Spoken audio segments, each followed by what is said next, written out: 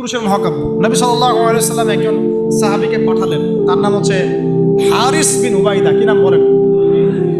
হারিস বিন উবাইদা, তুমি এই চিঠিটা নিয়ে যাও।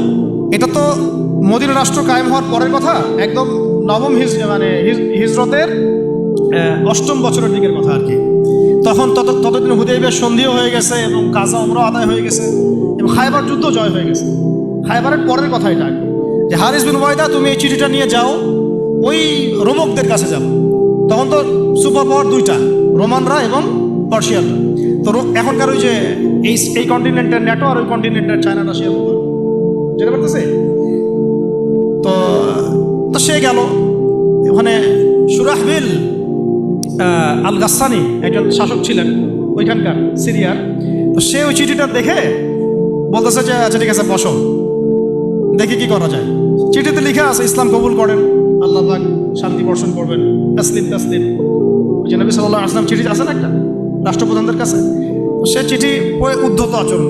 আমি এখানকার আমির, আমাকে ওই মক্কার মেষপালকরা চিঠি পাঠায়, কে চিঠি নিয়ে আসছে? যে হারিস বিন উবাইদা। আচ্ছা ওকে বসাও।